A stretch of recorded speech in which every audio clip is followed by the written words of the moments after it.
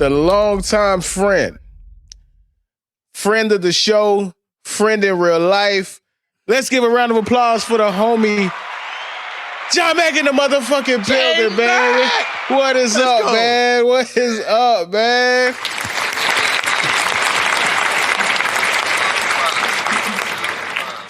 How you doing, bro? What is going on, man? Very good, dude. Just chasing kids around most of the day these days. Yeah, that sounds like it. Yeah, daddy daycare. Yeah, I got a 3-year-old, and everybody says she's 3 going on 30, and that is 100% the truth. I had to have a conversation with her last night because she said, "Daddy, can you take me to go buy some toys?" I said, "Zah, for your birthday that just passed, I bought you an iPad. Your godmom bought you a bike. You got 2 cars. You got a scooter. And then your goddad got you another bike. What more do you need, bro? Like, these kids just take and take and take. Just a little bit more is the answer, is the thing. I understand it completely. My son turned 6 on the 18th of October. Woo! Goddamn, time flies. And, you know, we're very blessed. We have a huge community up here. And they go all out for his birthday. 2 days after his birthday, he goes, "I feel like I should get a Max Box car because it was my birthday just the other day." There's a sleeve of Matchbox cars at the house that you haven't even looked at yet. But the funny part is when you try to apply logic, they just completely ignore it. They're like, "Yeah, you're making sense, but that's not what we're talking about right now, pal." Like the struggle is embracing that. You want them to think outside of the box like that, right? You want them to challenge you, right? A little bit, but at a certain point, it's like, absolutely not, bro. Like, it doesn't matter. Your argument's never gonna matter in this situation. You are doing exactly what I just told you to. All right, man. So we are having you on, and last time we had you on, I don't even remember. I should have. I can't. It's been so long. That episode's not even uploaded. But I know this for a fact. Your lines wasn't the lines that we have right now. You guys were on baby. These are the Motor City Kitties. All right. Oh my God, man. We're hard now. The thing is that the last time I know it exactly. I was at a rental property that I was renting out, like so long ago. Yeah, and it's been a minute. We didn't even have video chat yet amongst the 3 of us. We did that out, so we did it live just on comms. And I was wearing a paper bag on my head. Nobody can see it on the broadcast. But, I'm just showing the world that I've got a weird little mustache now. And that's a dad stash, bro. That's a dad Detroit Lions stash if I ever seen one, man. That's straight out of '87, baby. That thing looks amazing. Yes, I'm scheming a transition of jobs. I'm going for the somewhat scary accountant dad look, and I feel like it's working for me. You should see me in a collared shirt. You should see me in a collared shirt. I look like the type of dude that's like, what does he do for a living? The answer is bartender, and I'm at Winn-Dixie. Like, it's so funny because, like I said, we know each other. Me, you, and Rob, we know each other. We've hung out.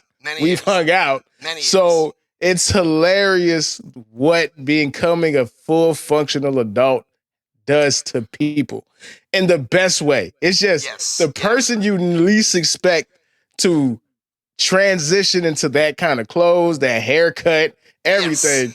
It just happens. It just fucking happens. You wake up one day, you're like, "Yo, I look dumb in this. I gotta go get a collar shirt, bro." Like, yo,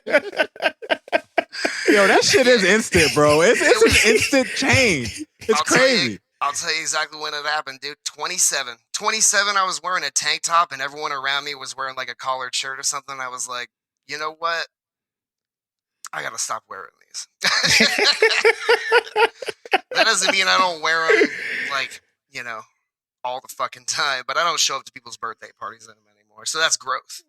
No, for sure. Absolutely, man. Speaking of growth, man, talk to me about the growth in the fandom, bro. Like, you are rooting for the Detroit Lions when they are considered the best team in the league? How does that feel? And you're day one. He's a day one too. And you're day one. You're day one. So just go ahead, man. Take us through everything. Like, how does it feel, man? It feels weird. I've never felt anything. I've never like really come close, like this close to something like it. So Dan Campbell, I feel like the only reason that you hear Jared Goff chants in other team stadiums is because Dan Campbell cried on national television in front of the national media, in front of Detroit. Big, tough leader of men. Cried. Told everyone, told us, I want to win and just trust us. And once you watch a dude like that cry on national television, bro, it's over. Like you've got us captivated. He kept us there during the first season. That's when he started crying. Second season, no more tears from Dan, but you know, we had our moments where it was just like, hey, he's still learning to be the head coach of a football team. Even when he was playing for the Dolphins, bro, or excuse me, coach for the Dolphins. He was doing crazy shit, but he knew that he had the locker room and he could do whatever the fuck he wanted, and that's what he has in Detroit. Pardon my language. Dude, you're this the Fin Out of Water show. We let it fly, baby. We tried, censor, man. We tried.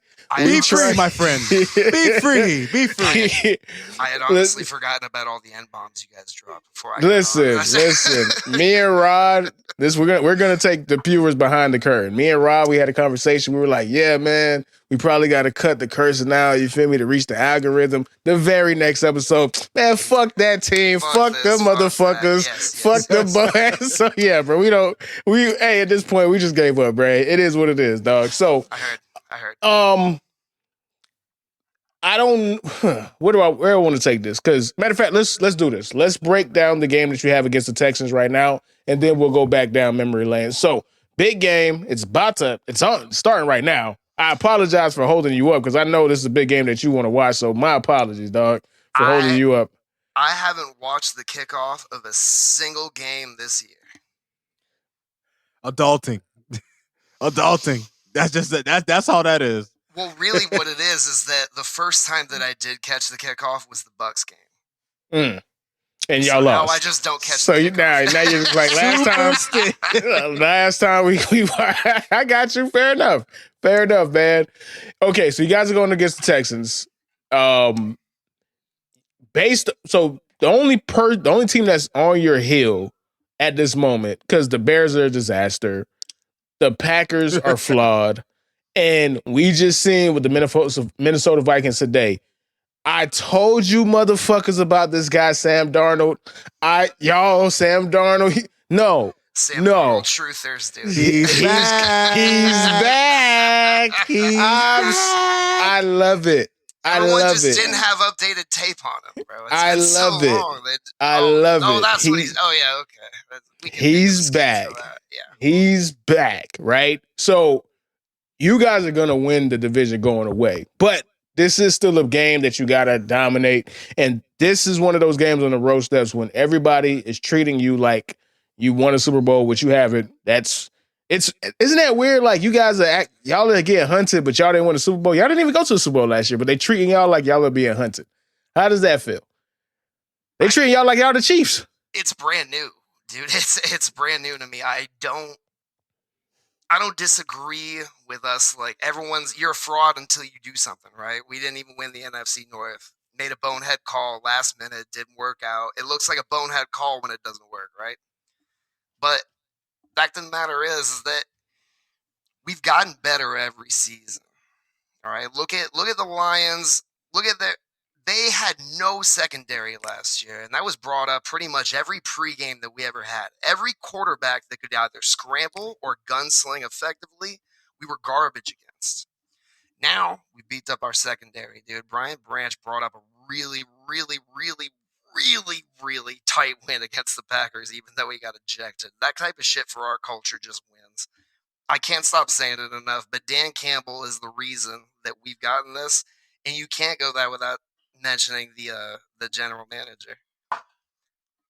Night, blah, blah, blah. Yeah, general manager. What's it? Is it Brad Holmes? Is our Brad Holmes? Yeah. I was gonna Sorry. say Brad. I was gonna mix their names. I was gonna say Brad Campbell, but yeah, Brad Holmes. Yeah, Brad Holmes. Yeah, Brad Holmes, dude. Sheila Ford Hamp really is where it all starts, and that's what I wanted to say to Herbie and every fan. It doesn't matter how good your team is or how good your coaches are, bro. If your ownership isn't on board, you're not going to get better. Sheila Ford Hamp went and said, I want this fucking team to win. I'm tired of owning a losing franchise. Now that I'm in control, fire everybody. Let's hire a team that wants to win. And she started with Brad Holmes. Brad Holmes brought on Dan Campbell. And the Lions have scored on 6th and 7th round draft picks. Look at Sam Laporta. Brian Branch was drafted in the 6th round. He's one of the best safeties in the league in his second year. Absolutely. That's crazy. That's crazy. Yeah, that is nuts. And then that's you got crazy. And then you have the picks where Milan, right? So Jahmyr Gibbs. Yes. I remember when y'all drafted Jahmyr Gibbs. Mm-hmm. The nerds were like, "You can't draft a running back that high." Yeah. You know what I'm saying? And again, I'm not the college football fan that I used to be. Sure. So I wasn't too familiar with Jahmyr Gibbs. I saw one video. I said, "Hey, that guy's really fast. All right, cool. I guess."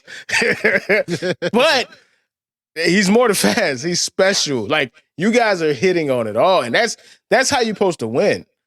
You have to hit on all of the margins. One of the funny things is that the big sports media companies, right? They're starting to look at the Lions finally, and they before where Jared Goff was a fraud because that was a narrative when we first signed him, and he was washed, and we got completely battered in the Rams trade, giving away Stafford is what everybody was telling us we were doing. Goff is an operator, and when you have the stable of running backs, the stable of versatile receivers and running backs that we have, all Jared Goff has to do is keep tempo, and he's got ice in his veins. Doesn't mean that every once in a while you don't get Jared Goof. That's just the reality. We've all seen it here. I don't mind whistling. It's just something that happens. Everybody has bad days, and fortunately, we haven't had to rely on him a whole lot. But as long as he keeps going at an 80%. So he's on pace to break Drew Brees' record. He's at 74.9%. Yeah, it's absurd. And the crazy part is the one thing that was about Jared Goff was you could blitz Jared Goff. You can't blitz Jared Goff anymore. He has the highest passer rating on blitzes. He has the most touchdown passes on blitzes. He has the most yards per attempt. He's averaging 11 yards per attempt on a blitz. That ain't the Jared Goff I grew up with, bro. This ain't your mama's Jared Goff, dog. I'm sorry, bro. At all, bro.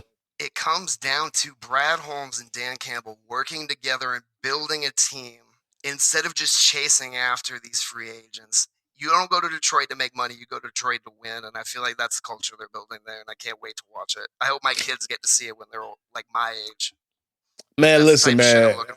I'm happy for you. As somebody who gave up on his favorite team, dog, it's beautiful to see people rewarded, bro. I tried, and all I got was despair, anger, and sadness, dog. But Herbie, the Detroit Lions, you got something, man.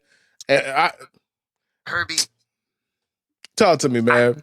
My heart aches for your burdens, for the team that you used to follow, bro. But I was so proud. I was so proud of you, dog. I was so proud that I gave up, man. Thank you, man. You're too good of a person. Cowboys Nation, if you're watching, you're too good of people.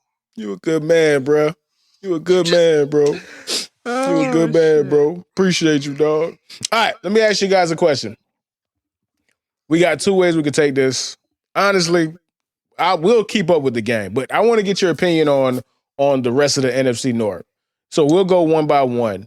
You're obviously more versed in NFC North culture, the lingo, how it gets down, the fans and everything like that. So the team you hate the most in the NFC North is the fucking Packers. I feel like that's all there. I feel like every NFC North team says that. The Vikings fans, the Bears, it's like in unison. They all hate the Packers. It's one of the oldest conferences in the league. Okay, we've all been playing together for a really long time. Not only do I hate other Packers fans my age, but My daddy hated Packers fans. My granddaddy before him hated Packers fans. This shit runs deep. My mom's dad is a Bears fan, and he hates Packers fans. Like, we will watch Thanksgiving together. Bears versus Lions. It's going to be a weird Thanksgiving, but it always is, so it don't matter. You're right. We're going to watch that. We're just going to smile either way. It's just fun to watch two so traditionally dysfunctional teams go at each other on Thanksgiving. I'm excited. I think it'll be our only loss of the season, to be honest with you. Like, I think that'll be our next loss. It's Thanksgiving against the fucking Bears. Listen, it's because the NFC is a bloodbath, man. It is a bloodbath. Go ahead, Dom. Go ahead. I mean, I'm saying Dom. My bad, Rod. Go ahead, Rod, man. No, just in J-Mac. You know your division. I know division games can be unpredictable because of the nature of playing a team twice a year, understanding them or whatnot. But after what I saw the Bears do today, I just don't know. Listen, man, if they don't fire Matt Eberflus, I just don't see how it gets better. Like, I've been keeping up because, we were going to talk about the Bears-Commanders game because we've been keeping up with these rookies. I mean, the Bears-Patriots game because we're keeping up with these rookies, right? Yeah. But ultimately, when I watched Caleb Williams today and I watched the Bears, and I get it, the Bears have 4 guys hurt on the offensive line. But Herbie, a coach's job is to make things easier for the players he has available. And the Bears coaching staff is not doing that. They are not making things easier for Caleb. Listen, I understand that New England, like, I'm going to give props to Gerard Mayo because he made some changes. He benched some players on offense and defense. He put some new guys in. They got 9 sacks today against the Bears. That's absurd, man. They had 16 sacks coming into this game, Herbie, and they got 9 more from just one game. All right, they got more than half of their season's worth of sacks in one game. That's insane, and that is an indictment on the Bears coaching staff. I see that, I obviously when we're going to talk about these games, I like to watch post games from fans, post games from people who are involved with those teams because they have the pulse. And Chicago fans are upset. Chicago fans are pissed because they're tired of the same old nonsense. A lot of Chicago fans are feeling like they're ruining Caleb. I seen one dude said Caleb was already punch drunk. You know what I mean? They keep trotting out the same bad offense that is just not working. It worked for 3 weeks. It's not working anymore. And that is an indictment on the coaching staff, Herbie. And so, J-Mac, when you say that you think that's going to be your loss, I don't see it. Like, they can't even function on offense. It would be a massive upset. Like, exactly. J-Mac, I got so much respect for you. Man. I won't even touch that game with FanDuel with a 10-foot pole, bro. Hard Rock, I deleted out of my options list, dog. Because if I bet on that game, if I bet on the Lions, they losing by 30. Because that's what happens with her bet. Absolutely. That's what happens with her bet. Listen, this is the NFC North, and this is where goofery happens, all right? This is goofery central, this division. It always happens this way. But the team that was on top of the division from the start always ends up rising to the top. It would just be a historically Detroit Lions game for us to lose, especially if we were to go on and do well against Houston tonight. By the way, no spoilers. I haven't seen a second of the game, so keep my mouth shut in case it started yet. No, I got you. I have it pulled up on the side, and we won't be too long, because I want to watch this game as well. No worries. So we talked about the Packers. We talked about the Bears. Let's talk about the team that actually has the closest or is the closest to you in the standings right now, which is the Minnesota Vikings. 100%. And the reason why I say it's the closest because you can make an argument that you guys shouldn't have won the game that y'all played 2 weeks ago or 3 weeks ago, whatever. But you still win. And again, it doesn't matter. Yeah. But a win's a win, but they're close. And even with Sam Darnold for the past 2 weeks doing everything in his power to lose, they still won the past 2 games when he's thrown 6 picks. So how do you feel about the Vikings? Are you nervous? Do you feel like they're close enough? Or do you feel like you guys are good enough that you don't even have to worry about them? I I think that the Vikings are the biggest threat because they're the second most complete team, and that's why Detroit's a threat. Detroit's a complete team. They have good depth. The Vikings have good depth, and I feel like that's a trend you're going to start seeing a lot more. Is instead of signing these superstars, these mega contracts, you're going to try to inspire a culture that everybody wants to work harder, and if that means taking a pay cut to win, then it means taking a pay cut to win. I hope that I see it all over the league. I'd like to see, superstars taking a little bit of a pay cut to build a winning culture. Everybody get together. I want to see. I don't want. Nobody wants to see blowouts, especially towards the postseason. Nobody wants to get there on accident. Everybody gets there by heart, obviously. But how can you form a functioning team when you're taking on these albatross contracts that are just ruining franchises left and right? Perfect example is the Saints right now. Like that's the cost of staying in the playoff conversation for so long that it's no longer sustainable. I'm glad that we're not dealing with it anymore because I feel like old Lions ownership and management was kind of just focusing on stacking the seats and getting a couple of wins here and there to keep everybody invested. And then ultimately our hearts all break because we're never going to make it to an NFC championship or let alone a Super Bowl ever.